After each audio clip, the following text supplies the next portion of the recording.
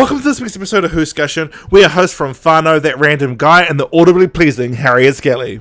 Yes. Yes. Obviously joining us yet again is the wonderful, the mysterious, the Late Crow. Hello. And he's really lived up to his name this season, because he's late to the whole season. He got to skip all the stuff that nobody else wanted to watch. We had to watch it to keep our show going. But welcome back, the Late Crow. And the Late Crow, take us away. Human Nature, the Family of Blood. Alrighty. So, story opens. The Doctor and Martha are being chased by some unseen thing into the TARDIS. Laser I beam thought it was the shoots in. 7th Doctor and Bernie Summerfield. Hey! Oh yeah, it totally is. It's 100% who it is. 100% true. So, they're being chased by a thing that can track them across time. So, I think they need to go and hide. So the Doctor changed himself to be a human, and they skedaddle to 1913. So that's fun. So the Doctor's now a teacher at a school, and Martha is one of the maids there as well to keep an eye on him. And that's all very well and good. Keeping a low prof. Awesome. Yeah. So the thing is, Martha seems to be she's not too impressed about the whole thing. Possibly the fact that the time period they're in means things aren't that great for her. Yeah. It's interesting, though, because they've made it a bit more apparent than it was at the time, because the end of segregation had happened for England a lot earlier than it had for America, because in America it didn't happen until the 60s. Well done, America. Yeah. Well, kind of really hasn't really happened. Yeah, kind of really never happened. And so I have always felt that, like, there may have been some, especially in the upper brass, but I think the time period they're in, it should have been a little less than it was in the episode. Not saying it was bad, and I think that it kind of needed to be in there as well to sort of show that sort of separation between modern times and the past. But it was the 1960s where England went full racist, which was really interesting. They had this purist movement in the 60s, which was like antithetical to what America was going through. Let's just say the Western world's a bit weird when it comes to progress. Yes. Yeah. Yeah, I feel like the episode they only really like pointed at the racism once, but then it was just about class. It wasn't about her color. It was twice, and the second time's worse than the first. Yes, it's true. Yes. But continue. Continuing. And so there's this watch that houses the Doctor's Gallifreyan consciousness, his thing, and it's sitting on a mantelpiece. It's got a chameleon circuit. Is that Chameleon arch. Yeah. So the circuit is what the TARDIS is supposed to use. It's got a perception filter is what... That's the words I was looking for. Thank you. Much appreciated. So, John Smith, as the Doctor's now going as, doesn't really pay much notice to it. And that's all very well and good. He's getting on quite chummily with the nurse of the school. Yeah, Nurse Redford. Joan Redford. Yes. Yes. And so, things are going on. They're just kind of living out life somewhat normally. Then elsewhere in the school, we have the students doing studenty things. And we have the young boy. Oh, what's his name? Tim Latimer. I'm good with the names. Tim Latimer. Thank you. Normally I'm correcting or bringing up other people's names, but I forget this week. So Latimer, he's not picked on as such, but he kind of gets ordered about a bit by the older boys.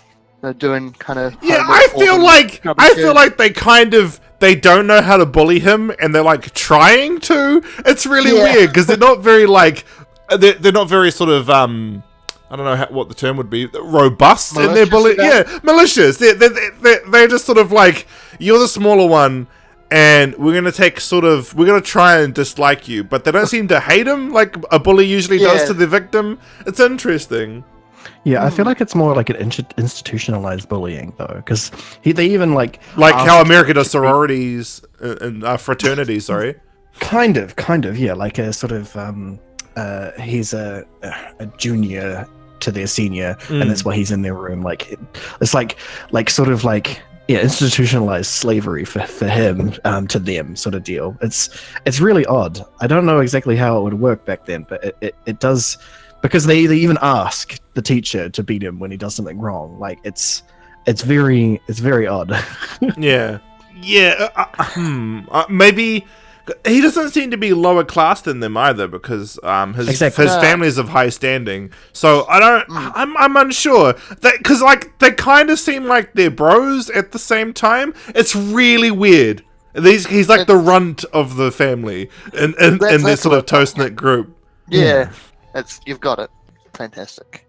So yeah, Latimer's about doing his thing, and he seems to have some sort of, what do you call it? Some sort of he's psychic thing going on. He's psychic. There you go, psychic stuff going on. So that's set up there. And meanwhile, Jones is about doing a cleaning. She's got her own friend, a fellow maid, Jenny. So they get on. I liked her. Well. Yeah, I liked her a lot. Sucks she gets taken over. So super buzzkill. Yeah. So moving along, it's kind of just things are ticking along in kind of normal life fashion. John Smith is kind of quite quickly, well, not quickly, but definitely along the railroad of falling in love with Joan. I think it's pretty quick, bro. He knows it for like 2 months. Though when saying that, I kind of fell in love with my now wife at first sight, so maybe I was too fast. I mean, it's They definitely have a reasonable length of time to have this falling in love. I think it's perfectly fine. No, I think it also comes down to they're both intellectual, and he doesn't treat her like men would treat women at the time, because it's the 1910s. Let's just say the suffrage movement was still kind of trying to make headway here. New Zealand suffrage movement did it 30 years beforehand, though. So New Zealand.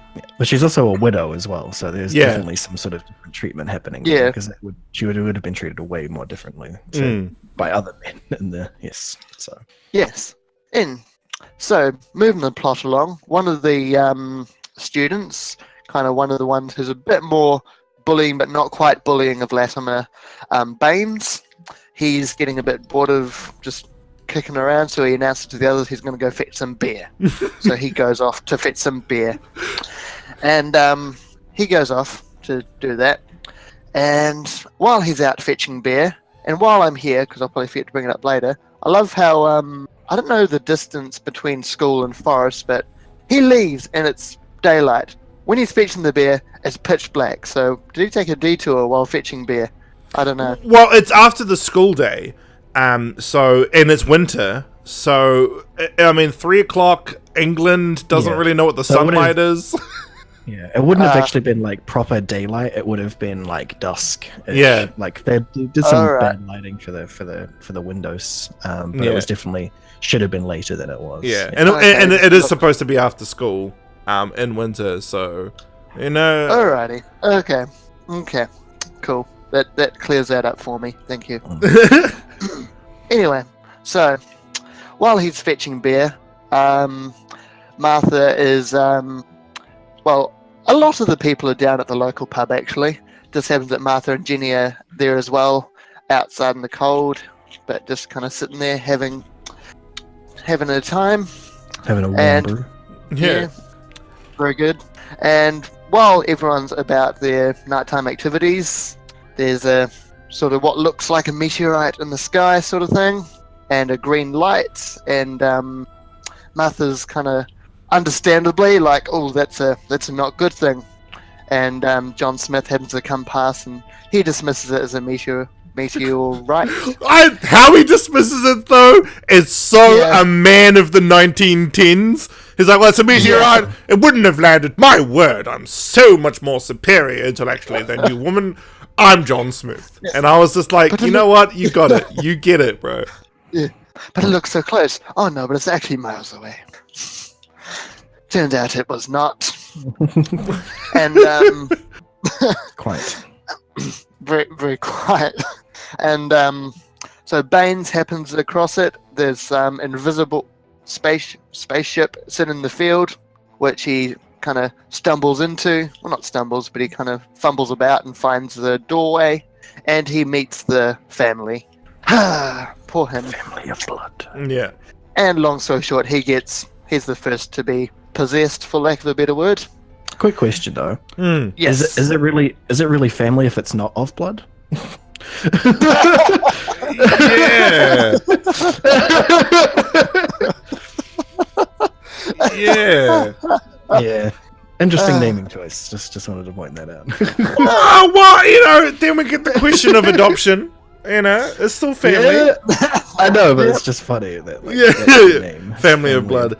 It makes a lot more sense in the novel, but they really wouldn't have had the timing for it on the show. So in the novel, they're a race of basically insects, like hyper functioning insect people.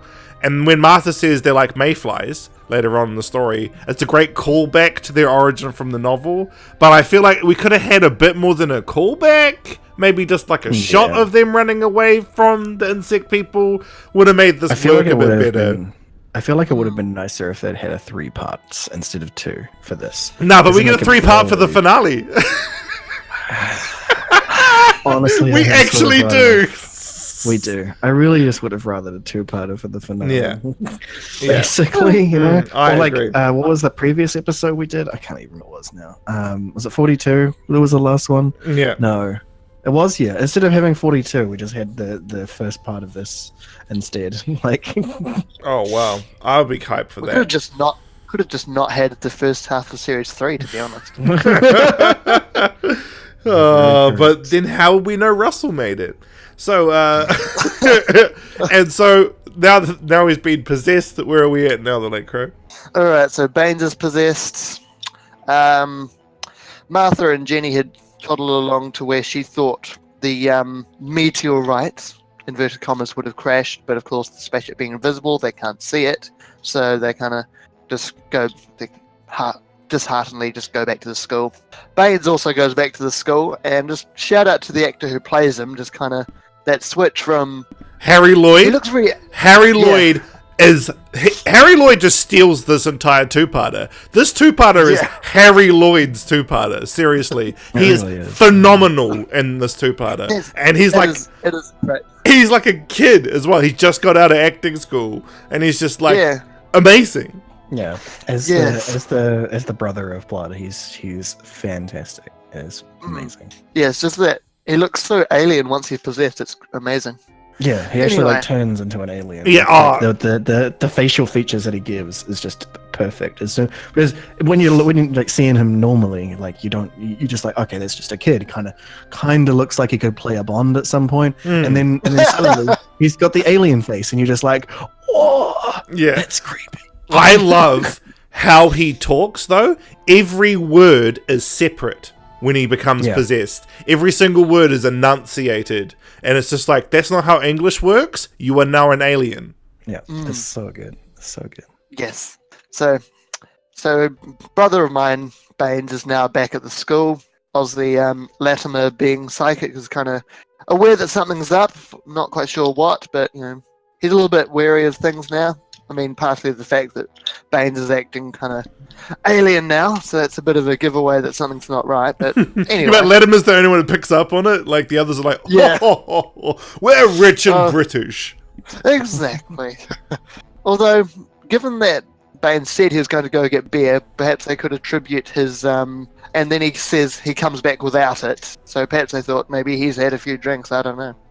Well, he says it wasn't there, but I like what you're thinking, because then it could be a lie, right? Where he's actually gotten pissed, and he's come back and said, there wasn't any beer, and they're like, ha ha ha, you rapscallion, you drank it all. I thoroughly wanted some, though. That's exactly what they said once they left the room. Yes. So, that's going on. Next day, Martha goes off on a bike ride. And she goes and visits the TARDIS because there's a set of instructions that the doctor's left there, because she's getting a bit sort of frazzled. the Doctor's falling in love, and no, John Smith's falling in love, and He didn't leave any instructions about what to do about that. Yeah. and then we have a Maple line, which annoyed me, but that's fine because it's just. Yes. Oh, no, I'll bring yeah. it up because we'll bring it up. The Maple line, which is you had to go fall in love, but And it wasn't with me! Oh my goodness! Shut up, the late crow. I hate that line so much. I could have pretended for the rest of my life that never happened. Like how the Doctor pretended Gallifrey was still real. Oh, shots fired. Yeah. So just a small drop of maple in an otherwise good story. That was annoying. Anyway, Although it was supposed to be Bernice Summerfield, right? I Yeah. don't imagine that she would have ever thought that either. Actually, now. No, Although she would. there are She some- wouldn't have there's- said that. Yeah, there are some Eighth Doctor companions who might have said that. So- Yeah, there is. Bernice being one of them. Is that son really your husband's, Bernice? I doubt it.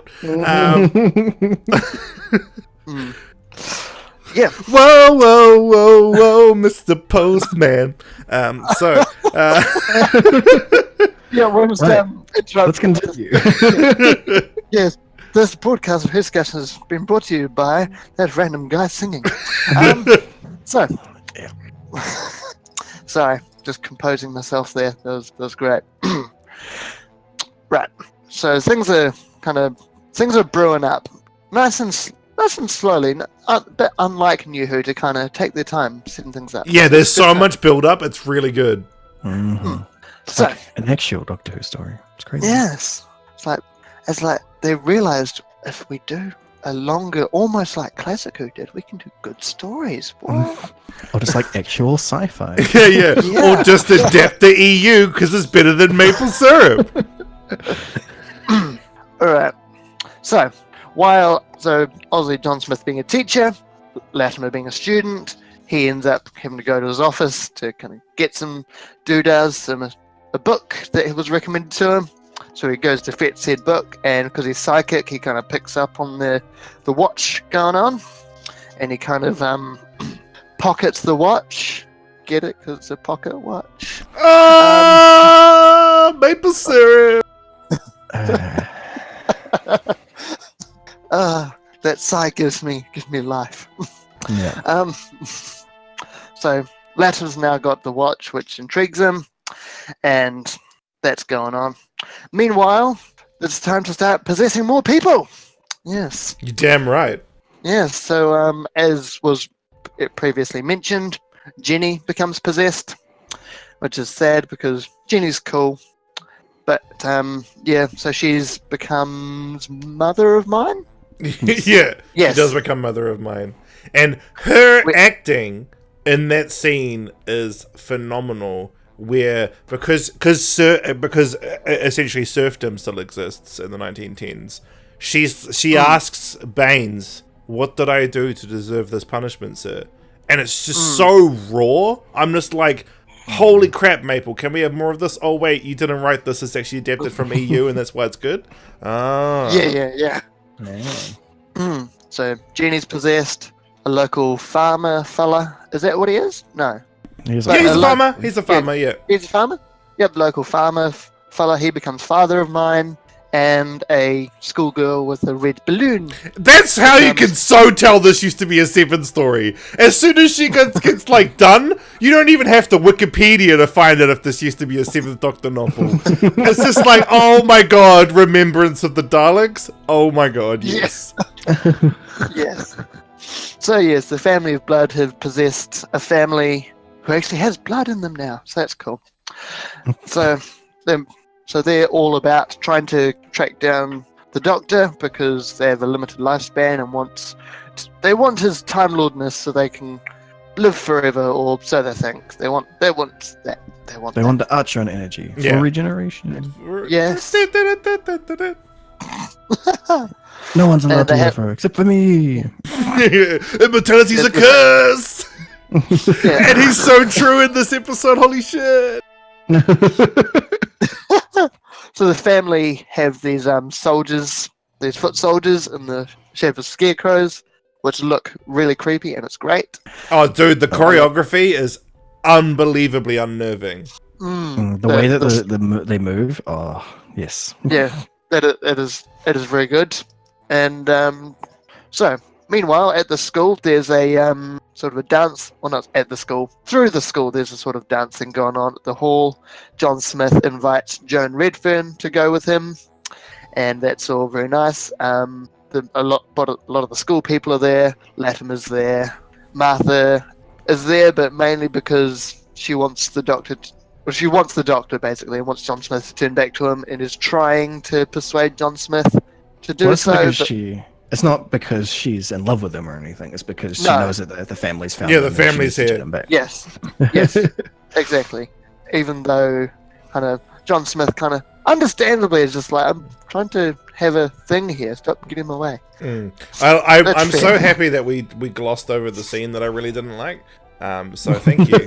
I'm really happy about that. Thank you. I love you, the late Krueger. We'll come back to it. Oh! I tried. So there's a dance thing going on, and because the family through their new hosts have kind of realized that something's up with John Smith, they've gone down to the dance and basically they kill a couple of people and demand that John Smith turns back into the Doctor. Okay, one of those kills is so unbelievably amazing. When he walks up and there's that guy collecting money for the veterans of the Crimean, and he goes, spare any change, and he replies with, I didn't even spare you. I was just like, that's amazing. Can that be in every episode, please? Yeah, just so much about the story is great. So, because John Smith has no idea what they're on about, they try and persuade him by first they end up putting both Martha and Joan at gunpoint, and then that's basically the the break of the first part. Yeah. And then we go into the second part, into the family of blood from human nature. Very well and good. So that's all going on. They get away. How do they get away again? I watched it. Oh, Martha overpowers them. Through That's like right. pretty Martha good was a logical thinking. She's just like applies logic to the situation, and she's like, it feels like Maple hasn't written this episode, and then she like puts them at a Mexican standoff and then gets out of it, and I was just like, this is good. Can this be in every episode? Can Paul just do it? She's Martha Jones is currently brought to you by Bernice Summerfield. Yeah, that's a good point, right? A badass archaeologist. That's a good point. Martha Jones, played by Bernice Summerfield. Yeah, exactly. Excuse me. My nose is itchy. Sorry, just an aside there. Not relevant. So they all get away, and they race back to the school because they've just been attacked, people have been murdered, and they know that the family are going to come after them, so they kind of get the school basically armed and ready, get all the boys getting their war materials ready to defend the school. I love it when the principal comes down and he's like, what in the bloody hell is going on? And they're like, this. And he's like, oh, good work, chap. Yes, the principal's great. Yeah, oh my god, that actor is fun. This, like, the casting, the writing, the cinematography, this two-parter is what Doctor Who needs to be, and Paul Cornell's not allowed to write because Russell T got sad that this episode got the highest rating. That's his real reason why he doesn't like it. Factual corrections. Had a bit of a cry wank that it wasn't his writing. That's so what happened. Yeah.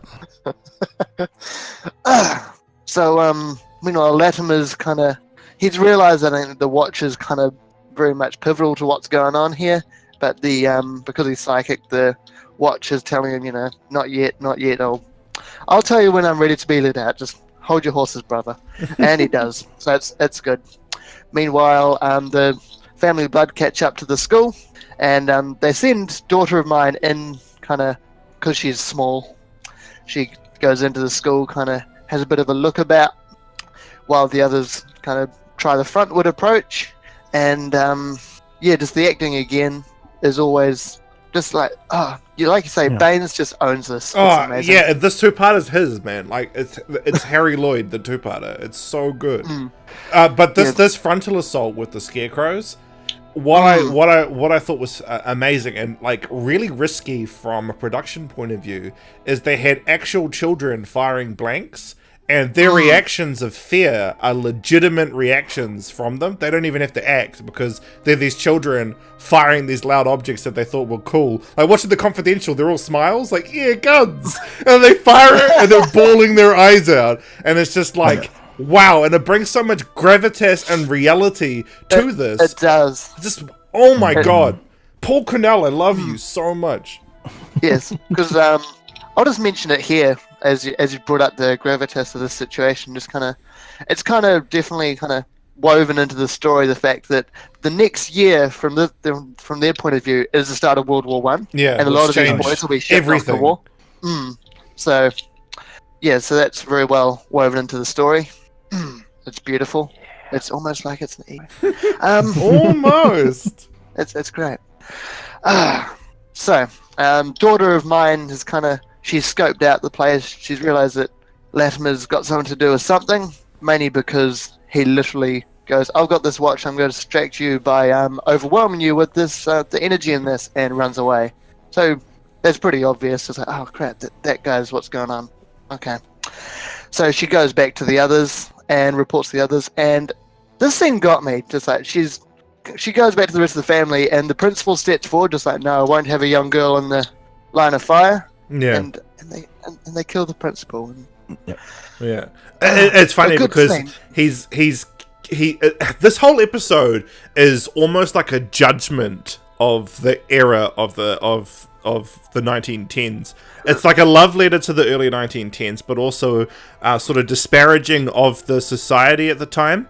And his death is because of the sentimentality of the time. Is he's just like, little girl in line of fire. Yeah, she might have killed somebody, but she's still a little girl. And it's just like it's incredible because it like in this time, like we know from the United States, you know, she probably would have still been in the line of fire and they wouldn't have cared. And so it's just sort of that like that really points to the Vietnam War where there were actual child militants. Yeah, exactly. who would do this sort of thing, who would prey on that American sensibility. So making it 1913, because it's both 1913 and both the novel and the adaptation, is like showing the loss of innocence, you know, and that's really what the story is about. I mean, like, you know, people are for lack of a better term, they're molested essentially by this family and taken away. And so there's that real sort of integration of the loss of innocence throughout not just the time period, but also through the storytelling mechanisms. And it's just like, this is what Doctor Who should be about. You know, but it can't be because great names. It's because maple syrup exists. And this is so frustrating. Because like Paul Cornell, it's interesting because Paul Cornell's last story in New Who, Father's Day, suffered from having to be a maple syrup story. It really did suffer from that, and like him not having to write a maple syrup story, it just shows how good the EU writers are. They're so good. Oh yeah, absolutely. They should do it more often. So moving back to the story. So, the principal's dead, the school's under attack, and so Family Blood get into the school, and they've realised Latimer's the thing, so they're kind of basically searching through all the boys trying to find him, and so as a means to escape, Latimer he's realised that the energy release kind of distracts them, disorients them a bit, so he lets a little bit more out to distract them all and give them a chance to bolt for it, which they do. And so that kind of annoys them a bit. Luckily, though, because one of them used to be Jenny, they know Martha, know she went to go to the forest, so they work out that's where the TARDIS is, bring it to the school, and kind of use it as kind of like almost ransom it, to get John Smith out. Yeah, and I love the lighting. The lighting for like the TARDIS being held hostage is really great because it's just a stupid blue police box, but somehow they've made it look so vulnerable. It's incredible. Blend it like a person. Yeah, like fantastic. A proper hostage situation. Yeah, exactly. Magnificent, man. Holy crap. Yeah. So obviously John Smith himself has no idea what the TARDIS is, so it doesn't really do anything for him. And but Martha tries to persuade him again. Latimer comes along and goes, "I've got your watch. Yeah, this you really need to do it."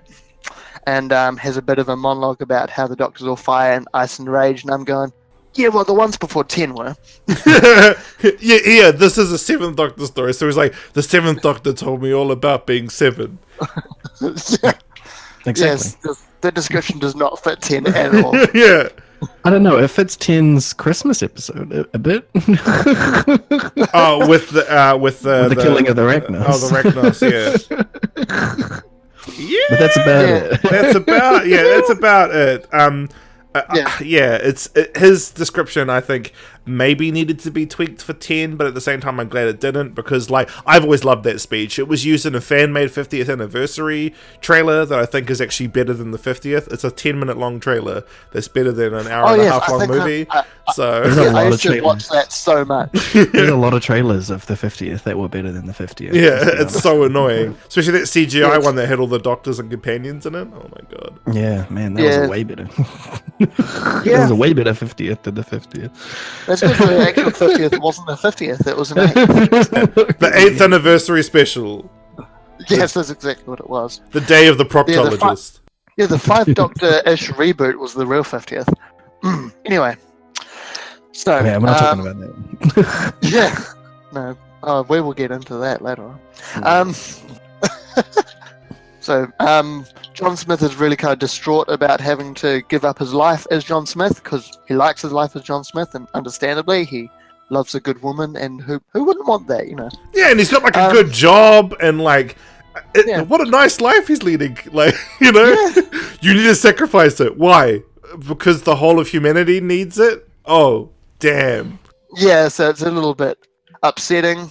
Jonah's upset about it as well, understandably, because she's fallen for John Smith as well. That's all very sad, and they have a moment to think about it.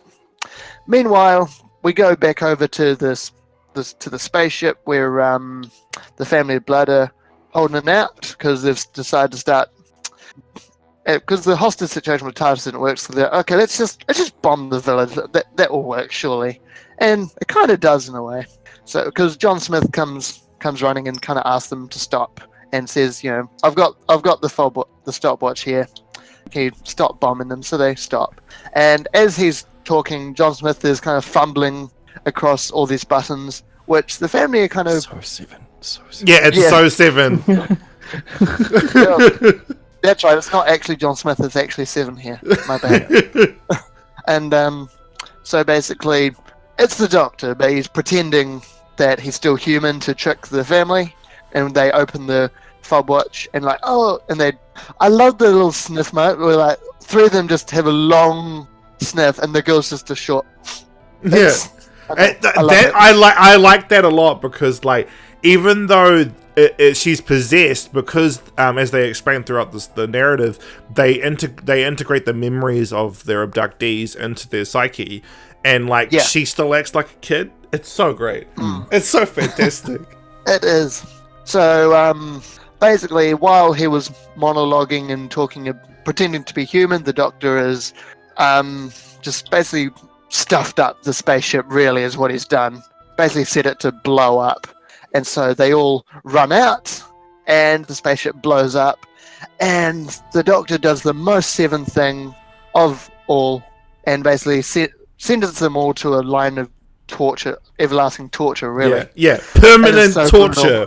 Forever. Well, perpetual. Well, I would like to talk about that, but I think we'll wait until we're completely done first. Nearly there. And then we'll rip into that.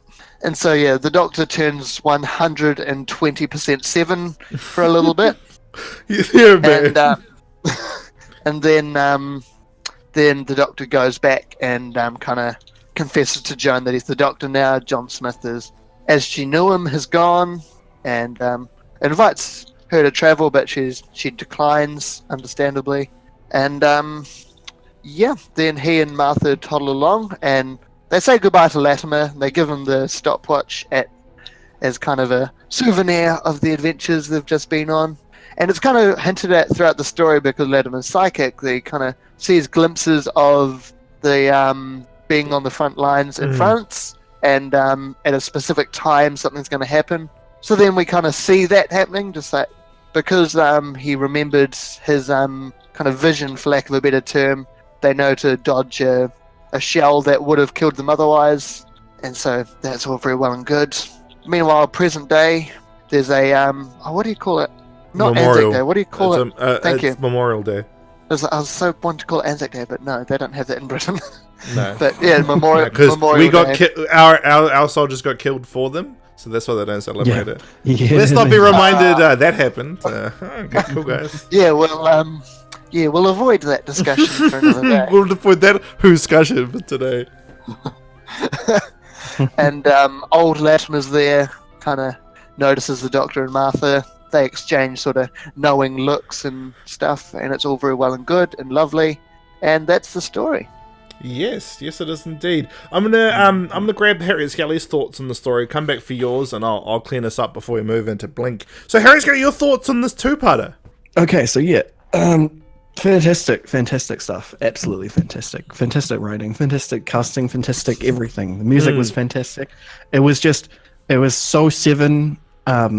So Seven that it was just it fit really well. Obviously, it could have been longer, but that's just the main problem with New Who in general, is that everything is just too short. Because even like a full like almost 2 hours, or an hour and a half, hour and a half, effectively, is not enough. It's enough for a movie, for like a standard the bog standard action movie is an hour and a half, but sci-fi is generally closer to 3 hours long when it comes to like proper stuff. And original Doctor Who was effectively a proper sci-fi movie over a couple of weeks. Yeah. And that's what it's not anymore, basically. So it would have been really great to have that come to a fruition in this, but obviously that's not how they do things these days. So yeah, we have to deal with it. But honestly, this works. This element that they've shown works way better, where you have like a quick snappy introduction to what's going on, and then you just get into proper like character development stuff for the first episode, and the second episode is a proper conclusion sort of stuff. It's effectively cutting out the slower pieces to an old Who story, effectively, where you've cut out the inciting event, and you cut out the real like long bits of it that can basically be covered by short explanations, which is perfect. It is probably a good way to go if they want to continue with that 48-minute or 42-minute long runtime, basically. But otherwise, just extend the runtime. It's fine. Just do it. I really want them to. Can they do that, please? Yeah. Obviously, there's some maple syrup. Just little bits and pieces where they had to correct some things for Tennant and Martha, and just additional stuff like that, and a little bit of heavy-handedness when it came to that. But it's all in all, it's kind of worked pretty well. I would like to talk about some sciencey stuff around it.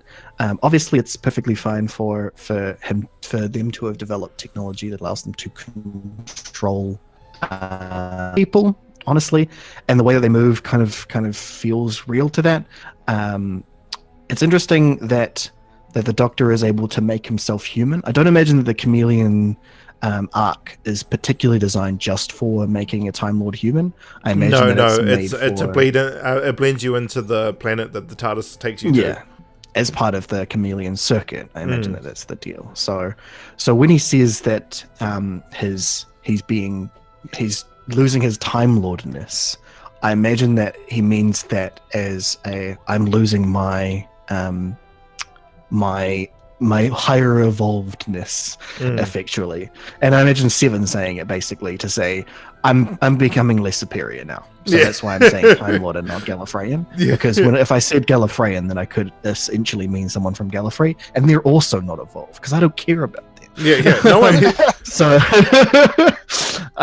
that's fine by me that he's referring to his rank when he's saying that instead of that, because he is effectively meaning he's losing his high ranking when he does this by becoming human as well, because he's also basically becoming the first Doctor again with the one heart as well. So it also kind of, I don't know, it's interesting. It's also interesting that it's effectively just taking away the Artron energy and popping it in a device, which is kind of interesting as well. That the Time Lords have a small device that's capable of containing Artron energy as well. It would be bigger on the inside. Yeah, obviously, absolutely, that's the idea. But then he just gives it away as well. Like, if that watch got into the hands of UNIT or something, like, it would be bad. Yes. Exactly. So it's interesting that that's the case. But if it was just the bog standard stopwatch that they're capable of storing Artron energy into, which actually I think would probably be more reasonable, that they would just give a standard clock based mechanism the ability to contain their energy would be fine, because then it means that if it got into the hands of a lesser species after the Artron energy had been taken away, then it wouldn't be so bad, you know. So I don't know, but either way, it's interesting that that's the case, and then like his entire being is encapsulated within that, which makes sense considering it's the Artron energy that makes him regenerate, which means that he continues to stay the same being after that. So effectively, being a Time Lord means that you are that energy, which is also how they get into the Matrix at the end. Yeah, exactly. So I think that really makes a lot of sense that they are the Artron energy, essentially what they are as a people's. So it's really nice to have some actual canon added, you know, and like some explanation instead of just, you know, crap. So that's really good. Absolutely. The final ending with Seven doing Seven stuff to these people at the end is another blatant like hypocrisy when it comes to immortality as well. Like, oh, you want immortality, but we're the only people who are allowed that, so I'm gonna ruin your day, basically. Totally ruin everything. It's very interesting. It's so Time Lordy as well, and just so the Doctor at the very end. It's interesting in the aspect that 10 has lost that ability as well. You know, he's not effectively immortal anymore because the Matrix is gone. Yeah, so it works in a different angle for him, that his blatant disregard for that ability that the Time Lords have is effectively him just ignoring the fact that he is going to die one day, which is interesting, really as a character context. But the real interesting thing for me is the way that he does it. He doesn't just say, you know, immortality is actually a curse, I'm going to give it to you so you realize. He makes it a curse for them. Yeah, he makes it a curse, man. It's so intense. But the real interesting thing about it, though, is that the only real one of them that actually gets a proper eternity of this suffering is Sister of Mine, because the Brother of Mine gets put as a scarecrow, right? That means on Earth, which means with only like a couple of billion years, Earth's going to get roasted, right? Yeah. So then he's going to be set free, or at least properly die. So he's fine. He's all good. Mother of Mine gets put inside of a star, like a dying star, right? The event horizon of a collapsing event star. horizon.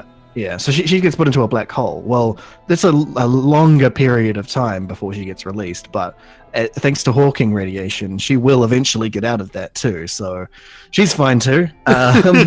Father of Mine, he gets trapped in some extremely dense chains, right? Yeah.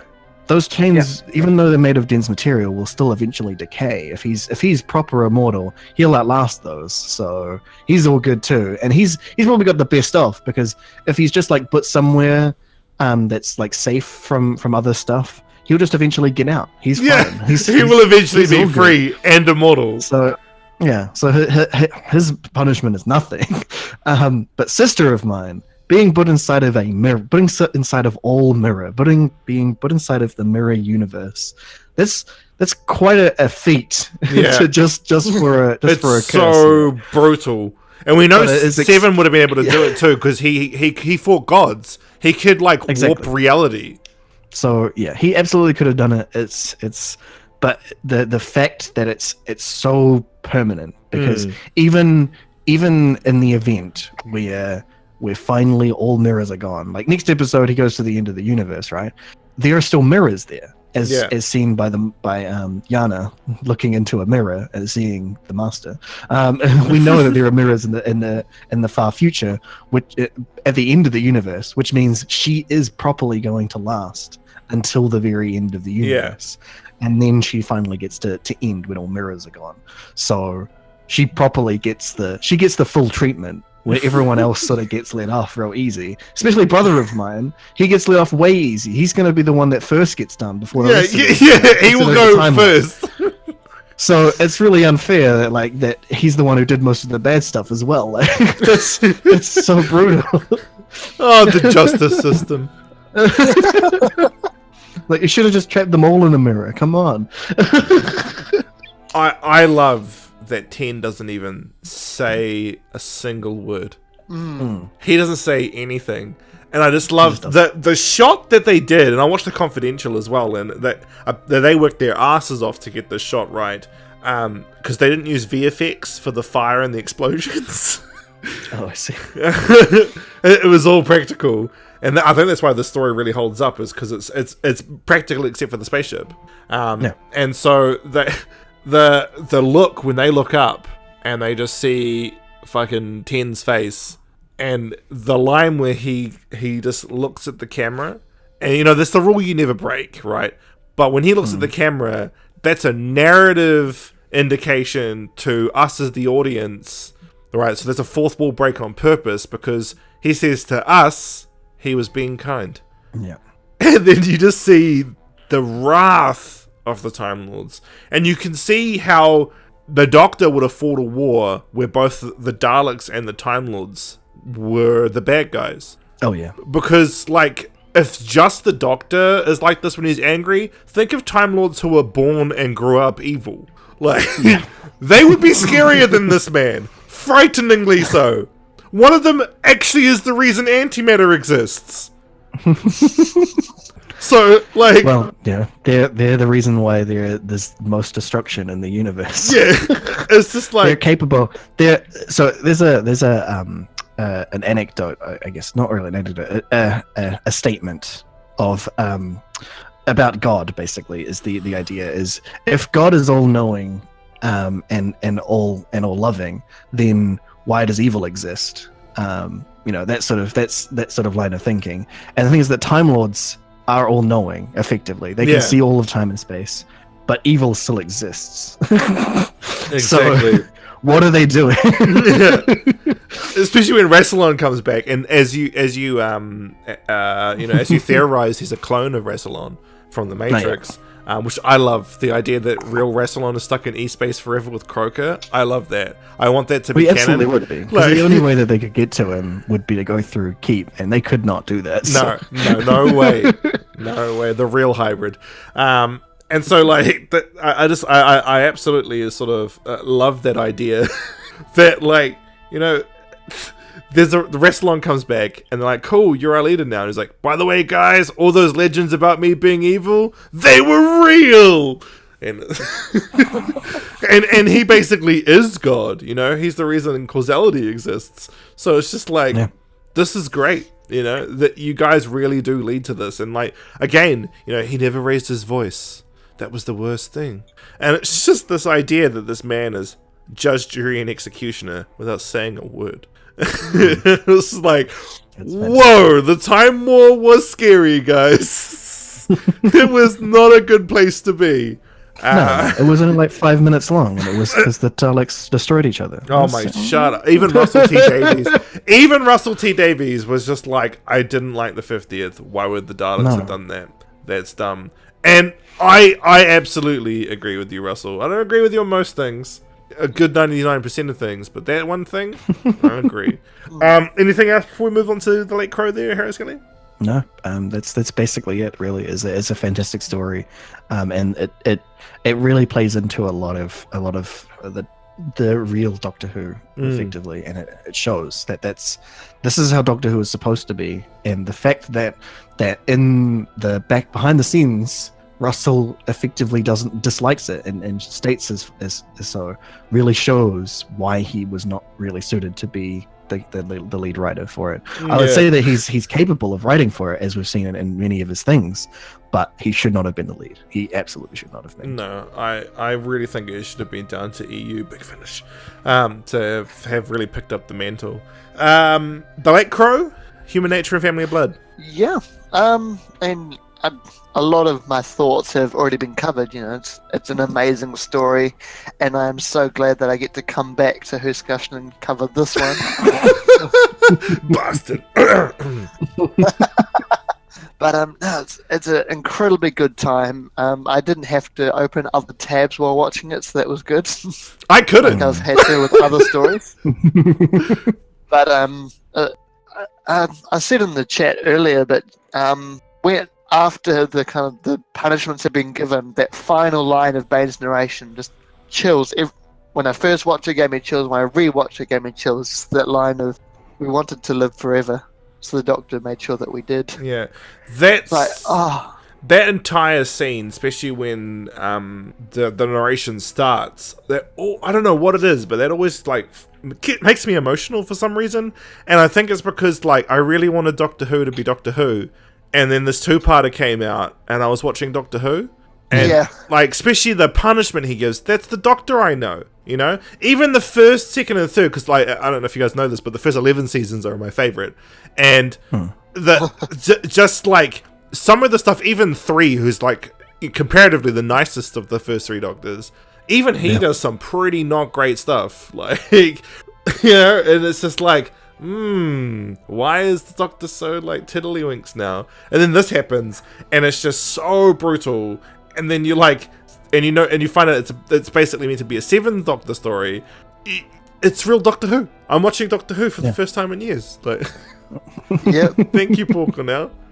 Yeah, the first time in 3 seasons. Well, with the odd exception, but yeah. Very, very, very occasional exception, but still. I don't really have any more to add. All the thoughts have been covered, really. It's just amazing. Right. One final thought. Tennant's personal stylist was not told about what kind of episodes these were supposed to be. Yeah, I agree. I absolutely agree. Because his hair was completely incorrect. Yeah, it was too anachronistic. And the Latimer had the same hair dimensions as him. So why didn't he have Latimer's hairstyle? Even if it was just the other direction. It just should have been combed down. That's all it needed to be. Especially since he wears hats throughout the story, and then he takes his hat off. Yeah, exactly. And his hair's normal. Suddenly his hair is all a fluffer. It's what? That doesn't work. That's not physics, guys. Yeah. I mean, obviously, it's all about him being still looking like himself, sort of deal. But the thing is that it would have sold the character even more, the fact that he was human again, by him having the hair down. Because then you could say you can easily see the difference between them, and then it means that shot when he finally comes into the ship, and his hair could have been could have been put back, and then you'd be like, I know that's the Doctor, but then you wouldn't be able to point down why, but it would be because of the hair. And that would be they call it War and Peace. No, you don't know why you know, but you know. And that would have been it. Is he comes in, and that one thing is his hair is anachronistic. You're like, hey, that's the 10th Doctor. Yeah. That's not John Smith. Exactly. Oh, and so there's just one word: run. And they're running away, and you're like, oh, he's helping them not be dead. Oh, now he's super the Doctor. He's like, you guys ever heard of 7? No? Ooh, you're gonna wish you did. Yeah, they should have stayed in the spaceship. And it would have been actually. That would have been. Yeah, they should have just let themselves die. So, that would have been a lot easier way to go. But it's also one of my favorite lines, and you can so tell that this is directed at 7, is the man who had fought with gods and demons, why he had run away. Oh, yeah. And it's just and it's so fascinating to me. And the short trip range from Big Finish, hashtag Big Finish, guys. The short trip range of Big Finish also helps sell this for me, is that 7 had been going on a rampage, because he could see the war coming. And he went on this huge rampage and killed all the gods. Then he becomes 8, and 8 has this thing called 600 Years on Orbis. And it's like, what war? And then he even laughs about it. Is it 8? Eight basically, like, he regretted knowing, and he regretted what Seven did to do that, and then the Time Lords just pulled him back in. I try to leave and they pull me back in, and it's so what happens is he got godfathered. It's pretty great. And just this story, man. This, as the person with the final thoughts here, I don't really have much else to add. And I'm not even going to talk about the scene that I didn't like because I don't want to say anything. No. Tell me. Okay, fine. Okay, so Martha has that one scene where the guys are like, with hands like those, how do you know when something's clean? And okay, I laugh at this scene, and before you guys go, you're laughing at the racism, that's not why I'm laughing. It's because they think their joke is so funny, and I laugh at it because they do. Baines' laugh is so forced, and it's so good because he doesn't want his bro to feel like his joke's not even funny, so he like forces this laugh. The funniest thing is that it can also be put down to like the actor not being able to laugh at the joke as well. So exactly. It's Harry Lloyd like, I can't laugh at this because that's fully racist, bro. And like he's forcing the laugh out, and that always makes me crack up. But that scene is played from an angle where Bernice to the people in 1910 looks Jewish, and they have a go at her for being Jewish. That's where it comes into in that story. But with Martha, the next scene, and I've always found this really strange, ever since I first ever watched it, is when he talks to Martha like she's an African native, and says, "Oh, I see. This must be so confusing for you. These are stories. You know, they're not real." And I'm just like, but it was established at the beginning of the story that she knew it was a work of fiction, chiefly when she said it's the year of our Lord 1913. Yeah. And I was just like, I think this doesn't fit. And it just didn't. So outside of that, and you could tell that wasn't originally in the script because this is aimed at her being, of Ghanaian descent, or as Brian's would have us believe, of New Delhi descent. Brian's he's not even here to defend himself. We love you, Brian's. We love you. But it's just you could tell like Maple would have had a hand in that because it's like his character. And I'm just like, it is effectively that they because of the rewrite they had to do that, and it is kind of not good. No, but outside of that, I really don't have any negatives on the story. I think the acting is superb. Harry Lloyd, just like I've been following this guy for a while. He's in a show called Counterpart. I actually suggested, I've only seen the pilot and I loved it. And if a pilot's good for me, I tend to pick up the rest of the show. But I watch Doctor Who religiously. So I haven't been able to continue watching it. So I hope it's good. Guys, watch the pilot. I suggest that Harry Lloyd's in it. He works for this very interesting bureau. I won't say more than that. But Harry Lloyd's like a bajillion awesome in there. Harry Lloyd was great in Game of Thrones, even though he's only in the first season. He's fantastic, and that is Viserys. He's just a fantastic actor, and I really wish he was given more roles to work with. I can't remember which Doctor he's related to, but he's related to one of the OG ones. I think it's Pat Troughton, but I can't remember. I can see it. Yeah, so it's the late Crow's like, which one is he related to? If you find out, actually tell me. But yeah, I've got really no negatives here. I think the use of practical effects makes the story hold up in the long run. The CGI was used where I think it needed to be used. Because like having hard to build a spaceship. Yeah, and also not just that, it's just like mime acting to nothing is difficult. Yeah. And Harry Lloyd in Confidential is like, I hated that because I couldn't tell if it looked good because the prop wasn't there, and I hope that it really, really works. And what I think's amazing is it was raining when they filmed that, and you cannot tell. I was just like, the team must have worked their asses off to make that not look like it was raining.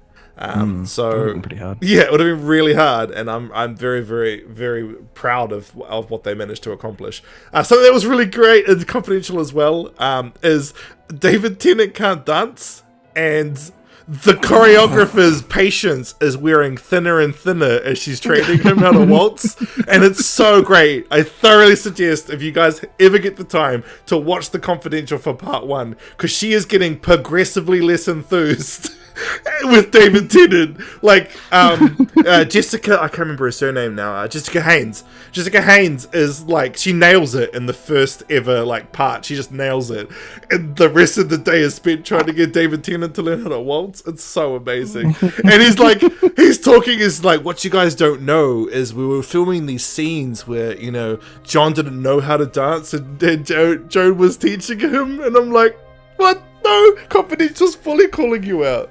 Like, it's so fantastic. It's so good. Like, Confidential has a really good time, but there's a little bit of like animosity there when you watch Russell. He's talking about like, I felt like the gun scene really didn't need to be in it, and I was like, what? But it did, because it showed that like, this is what they're gonna have to do next year. Yeah. It's like harrowing, and they're showing that it's bad. Paul explicitly wrote it to show this is not a good thing, but it happened, guys. Let's make sure it never happens again. So I don't know what he was talking about there. Yeah, of Doctor Who.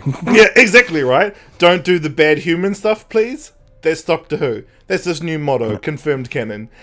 With that, guys, I suggest you watch this two-parter if you haven't already. It's on Hulu. It's on BritBox. I think it's still... Yeah, no, it Netflix. Is. It still is on Netflix. Just go. It's also on this random guy's cloud. I don't know his name. And 1080p it actually looks really nice in 1080p. And with that, we're going to have Harriet Skelly take us through Blink. Okay. Well, we get like 2 good episodes right after each other. It's pretty great. Or three good episodes. Yeah, I guess, if you really want to put it like that. And they're all 3 adapted from EU material. Yeah, I wonder what that's all about. All 3 hardly feature 10. Oh, it's so true. It hurts. Yeah. Anyway, so we're introduced to this fantastic character, Sally Sparrow. She's, I don't know what her deal is. I guess she's just like a photographer or something. But yeah, effectively, I think at least so. at this point. Yeah, it seems like she's a photographer, but she also has like this thing about old buildings. It gets explained later that she like likes old things, makes her feel sad, and then like you get an explanation that's really hipster about it. Yeah, it's like, I love it. Sad's the new happy, and it's like, wow, this is amazing. Yeah, it's so good. It's so avant-garde. I love it. So yeah, she's there. She discovers sort of a message written behind some wallpaper. So she goes ahead and starts ripping it off as it says her name. And then she realizes that it's a message, and actually a message to her, telling her right in this present moment to duck as a stone gets thrown, and nearly misses her. And then she's freaked out by this. She runs off, goes back to her friend's house. Somehow she just lets herself in. I guess she knows where the key is. And she starts making herself a cup of tea. Well, yeah, they could be like my friends who used to come in through my bedroom window. Well, very clearly didn't do that, because otherwise she would have woken her up. But comes in, starts making herself a cup of tea, calls her friend and says, "Hey, I'm at your house. I'm making you a cup of tea." And she's just like, "It's 2:00 in the morning. What are you doing?" And then she's like, "Wait, you're at my house? Oh no!" And she turns around. Sally turns around and sees her friend's brother naked completely, and Sally doesn't seem like she's like that like perplexed by this scenario. She's just like, okay, fair enough. But he realizes, and her friend realizes immediately, and they're not doing too well about the whole thing, which is really amazing when it comes down to it. But I'll let I'm just gonna let it slide. I'm gonna let it slide. You're gonna let it slide. Oh, okay. I'm gonna let it slide. Basically, that random guy had a problem with him being naked in his sister's house. I really can't get on board with that. It's fucking weird. All right, but we're just gonna let it slide. No, because I will be here for a half hour if we talk about it. Let's just keep going. Okay, we'll just keep going. We'll talk about it later. Anyway. Oh my god! Her brother is interested in something. We'll get to that in a second. But he's got a bunch of TVs set up in her lounge, all with images of the Doctor on them, as the audience is aware. But Sally's not. She's pretty interested by this, relatively interested by this, but more interested in the fact that that she's freaked out about this message that she saw. She tells her friend, brings her friend along in the daytime to go and take a look. Shows her the message. and notices that the angel that was there, that the angel statue that was there, is now moved a little bit. She's not really sure about what the deal is with that. But then there's a knock at the door of this house, and she goes to check on it while her friend is looking around, and she meets the guy who is knocking. He's got a letter to deliver from apparently the same namesake as her friend, and shows her a picture, and she's like, okay, they're related. What's the deal? And he's not really sure what she's talking about, but is trying to pass this letter saying that he promised, and she's just like, hey, this is like some sort of joke. Races off to try and find her friend, and her friend has been disappeared basically. But then she notices that there's a bunch of angel statues all over the place, and she grabs a key that one of them is holding, and runs after this guy before he leaves with the letter. She reads the letter properly this time, and finds out that her friend had been disappeared by the angels. Well, not necessarily by the angels at this point. She just knows she's been disappeared back in time. Met with a guy, had a family with him. And she goes to visit her grave and finds out that she said to the man, or she told them that she was 18. That's and she so good. She has a right old laugh. It is a fantastic character thing. She's very clearly upset with the fact that her friend is now gone, and legitimately had a life and died. But she's accepts the fact that she still lived a life, and it was fine. She had a nice life, and that's the point of the letter, is to explain that she had a nice life. And she has a laugh about the fact that she told them that she was 18. But anyway, she has a family. She has a daughter. She names her daughter Sally as well, and more about her later. But anyway, so she writes in the note that her friend's written in the note to tell her brother that something's happened to her, that she's not going to come back, basically. Not sure what to say to him, but basically tells Sally to figure something out, and Sally's just like, okay, fine. Finds him at his job, which is apparently a video store. What's I guess that? a DVD store. Is that some mythical creature? Well, the funniest thing is about it, it's not like a rental place. It seems like it's actually like a store that just sells DVDs instead, which is still something that could exist now. And yeah. There's the one in size of Arrow the store- Valley. So yeah. the size of the store makes it seem like it's a boutique store as well as at the same time. So it's very likely that something like that would still exist for those people who like hard copies of things. What weirdos. Anyway, Yeah, I like hard copies. I know. That's what he's getting at. Blu-ray does look better. It does. So anyway, the point is, she goes there and she tries to explain. Well, doesn't really explain. Just basically says that she's gone away, and that she loves him, and he's just like, she did. Am I dead? Figures it out because of that. It's so good. Anyway, point is, she starts hearing the first part, or the middle part of the conversation that the doctor's having on this DVD, and she's like, this is interesting. And then she starts actually having a conversation with it, like, hey, but you can't hear me. And he's like, no, but I can hear you. It's just it's fantastic writing and play out in this. It's really good. Anyway, point is, she gets the list of the DVDs that have this extra on them, because he's an extra Easter egg of a series of DVDs that they can't figure out why he's on there, but he's always got the same stuff going on and all that stuff. So he gives her the list of DVDs, and as she's leaving, she hears the other employee, who's clearly doing the best job he can possibly do, watching a DVD, yelling at the screen, why don't you go to the police? Perfect. Why doesn't no one go to the police? I used to go to a she's CD like, and DVD store in Gisborne and watch anime with the stuff. Yeah. So I mean, seriously, what else are you gonna do? Yeah. I know someone who worked at United, or was it Blockbuster? One of the videos. And the thing is that, when there's only one person there, they can't do it. And even when there's a couple of people there, they're not allowed to anymore, or they weren't at the time. And I'm just like, that seems like the most boring thing if you can't just sit and watch a video, because you've got rental movies here. Why wouldn't you just sit and watch a rental video when you got nothing else to do? Instead, you're just stuck there watching trailers all day. It's like, that's boring. Anyway, so this boutique store where they're allowed to do that, fantastic. A+. But anyway. I used to work at a library, and I would watch the stuff on the computer when I'd done my jobs. Just like read a book, like this. Why not? Anyway, point is, she's like, oh, that's actually a brilliant idea. I should go talk to the police.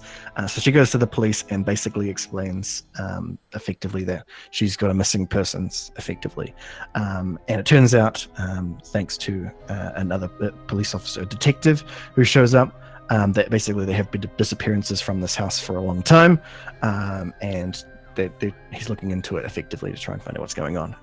So he shows her down to all the cars and vehicles that have been lost, and then shows the police box, the TARDIS, and gives the most fantastic description of it. The fact that it's not even technically a real police box. It's the wrong size. The doors don't open.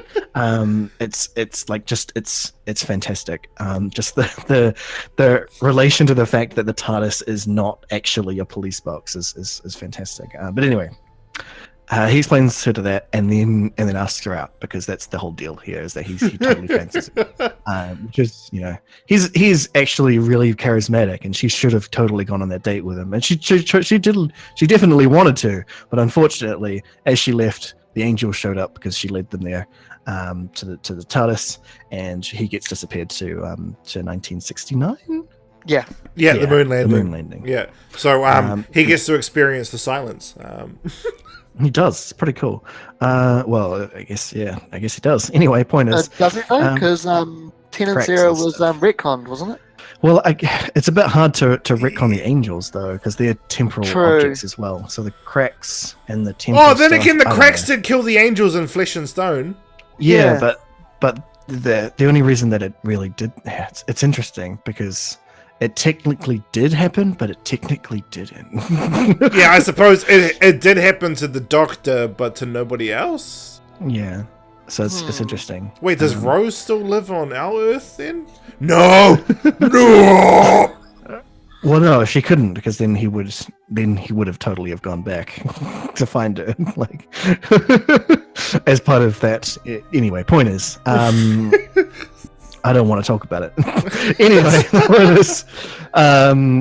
he gets teleported back. He meets up with Doctor and Martha, who are stuck back in time, and basically he gets explained to exactly what's going on, and they set him up with some stuff. He goes into publishing back in 1969 instead of staying a detective or staying a police officer, because why wouldn't you change jobs while you're back there? You've got an intent, you've got a knowledge of what happens in the future, so you go into an enterprise that's going to make you a lot of money. Do it. Anyway. Yeah, that's a really good idea. Exactly. So why does he die alone in a not private hospital? Well, I think it's obviously for the reason of he needs to meet Sally in a particular way. So, he could have absolutely had a fantastic life, and it seems like he did. He married the daughter of Sally's friend, Sally, as well. Fantastic. That's actually pretty great. It is pretty great that it loops like that. It's fantastic writing. Let's be honest. Anyway, point is, he calls her on the number that she gave him, and it's basically like, "Hey, I'm in the hospital," and she's like, "You what?" Yeah. Goes to find him in the hospital. There? Oh, you've been teleported back in time and are dying now, and he's like, "Yeah." So I got some things to tell you. That's legit what happened. That's legit what happened. I got some things to tell you. The DVD list of DVDs. You need to go ahead and find out what's so special about them. You need to talk to the doctor. He's the guy in the DVDs. I got into publishing because money, but also so I could give you this message. I'm actually going to die of cancer now. Have fun with that. And then she's like, I'm gonna stay with you, and he's like, cool. And then it was raining. He dies. Yeah, it's the same rain. This man is so good. Yeah. So good. Anyway, she figures out what's the deal with the DVDs. It's all the DVDs that she owns. She only owns 17 DVDs, and this is back in 2008. So it's pretty weird. Anyway, she goes and meets with the brother again, tells him what the deal is, tells him to grab one of the DVDs and bring a portable DVD player to the house so that they can go through it and figure out what's going on. They do. Turns out that the doctor has a transcript of her conversation with him across time, so he's able to give the other side of the conversation.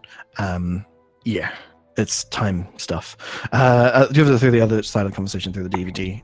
So they explain what's going on. The angels, statues, only when you look at them. When you're not looking at them, they are able to move extremely fast and can teleport you back in time and use the energy from your teleport or from your life that would have been to sustain themselves. And what they want to do is get into the TARDIS. It is a pretty nice way to die. Like, if it is a nice way to die. Like... And the doctor does state that. If you're going to die, you at least live out your life. But honestly, getting put back in time to a time where there's like, you know, not the chance of you getting a technological development of becoming immortal, yeah, it kind of sucks. Anyway, point is, he explains... They figure out pretty readily that the angels are coming for them. They've got the TARDIS now, so they can, if they can get into it, they can use that energy to sustain themselves forever, and bad things will happen. You know, standard end of world sort of scenario. So they go through a terrifying ordeal of watching the angels come after them. They manage to find the TARDIS, but the lights start going out, of course. So it's coming towards them. They manage to get into the TARDIS just in time, and it turns out that on all the DVDs as well is the ability for them to control the TARDIS for one flight. So pops the disc into the TARDIS, and it starts taking off and leaves them behind. They're freaking out about it, but luckily, the idea was that all the angels would be around the outside, so when the TARDIS teleports away, they're stuck looking at each other, and they're stuck for all time now, until the light goes out. Although, I know that's interesting. That's probably a set choice. Anyway, the point is, then she starts, well, she's finished with this ordeal. Basically, she writes down everything, gets it into a nice little file, and starts working at the video store with her friend's brother. They seem to be having a kind of relationship, as stated, but she's like not really interested because she still doesn't think that the ordeal's over until she's able to get the documents back to the doctor. But luckily, just in time, he shows up and isn't aware of anything because it hasn't happened for him yet, and she gives him the folder of all the information about the angels and everything so that he can do this again once he gets teleported back. And that's the end of it. Yeah. Yay. Well, for this episode, I'm going to go and grab the Late Crow's thoughts and come back for Harriet Scully's. The Late Crow, your thoughts on Blink? Yeah, it's so rare. Two good stories in part A. What? What even is this witchcraft? Yeah, but no, this was a good time. I remembered enjoying it when I first saw it, and I definitely enjoyed rewatching it. I remember when I first watched it, I'm pretty sure that scene when the first time we see the angels move into an attack position. Mm-hmm. I'm pretty sure I may have shat myself that first time I saw that. Yeah, that's pretty terrifying. That was what? Yeah, and that was a time. Yeah. It's nice to, especially now, to go back and watch this and be reminded that even some of the people that we've learned to really not like in New Who, they can write good when they actually put their it's mind good to remember that the angels were actually a good enemy at one point. Yeah. I really wish they never reappeared. I think they worked better as a one-off enemy, and then when they came back and they were like, let's break our own mythos, I was like, why? Please don't do that. But nice to be reminded that Moffat can actually write, so that's cool. But the whole story, should have stayed as a guest writer. I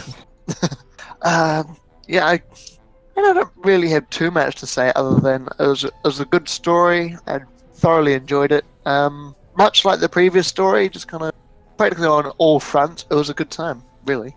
Cool. All right, Harriet Scully, your thoughts on Blink? Yeah, It was definitely it's a well written story, and you can tell when a story is well written if it handles being a paradox properly as well.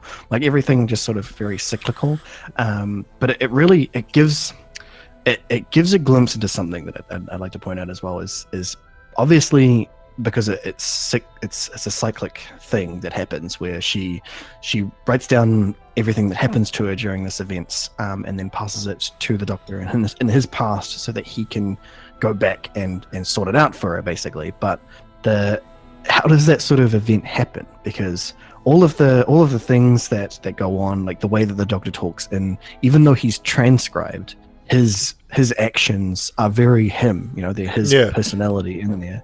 It's not like it's just like a universal thing that happens. It's not mathematical or any way. It's legitimately him in this event, but it's something that he had to do for it to work like that. And even then, the angels are temporal beings as well. So how come they didn't get the upside in this? How come they're not the ones that won this event from this paradox? So it's very interesting that it's effectively goes to show that in the Whoniverse, the Doctor is cosmically aligned to have good things happen to him, no matter what. That he has to succeed cosmically, and that's how the time manifold works for him effectively. So and it shows later in other paradoxical things. Yeah, because in Yana is fixed. So he can't not get back to the TARDIS, essentially. Exactly. It's like there's fixed events that have to happen for him, so he always succeeds in the end. Like it's also like in Under the Lake as well. The only reason that he got the idea for a thing to happen is because it happens later, and it's very cyclical, and it's the same sort of deal. Is that because he is predetermined events, he always succeeds where there's an uncertainty, which means that paradoxically, if there's a paradox, he needs to be the succeeding factor of it. So it's really good, but it's also like a function of writing that's really nicely played out, and it does show that Moffat was able to write. And first season of his era is also a testament to that. But something happens. Yes, it does, and it's to do with a Nazi. I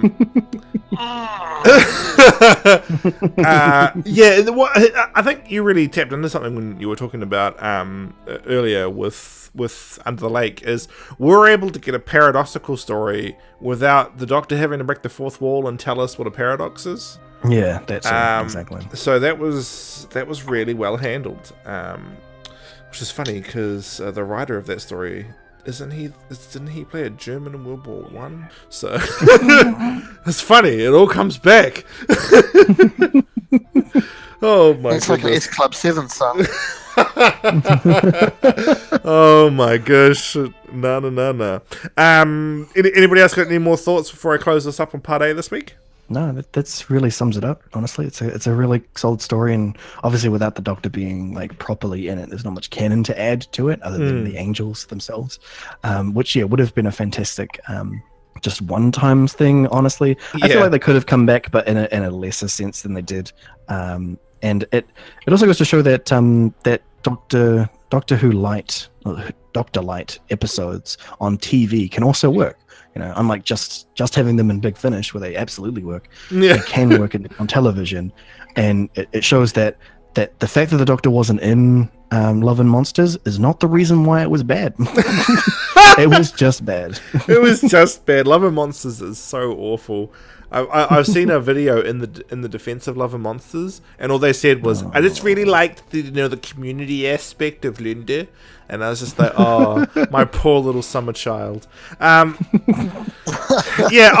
can't really add more to what's been said, guys. We've just watched 3 good episodes. Again, they're on Hulu, Netflix, and whatever else you can stream it on basically these days. BritBox. Guys, please support BritBox. We can't get it here, but please support it, because BritBox is going to be doing the animations for Missing Who. They just did awesome. Shudder, which is like the 50 millionth time Shudder's been adapted. But I'm glad it keeps getting brought back to life because I mean it was Douglas Adams and his work deserves to be preserved. But that's a really good story too. yeah, it was, especially when it's just like my best friend, my old friend is actually one of the most evil people our race ever had. Yeah, but I regenerated and became nice. I can't stay mad at you. And I love that, like, he regens into this, like, silly old man who's got no more regens left, and the doctor's like, I'm gonna pity the fool. Dr. T, guys. Yeah, so just really, if you can, go ahead and watch these stories again. Check out the EU they're based on. Sally's a child in the EU version of the story, and it's the Ninth Doctor. And so definitely give it a whirl. With that, guys, we're going to jump into part B. I just realized I didn't actually talk about this week's stories. So I'll bring that up in part B. We'll see you guys there.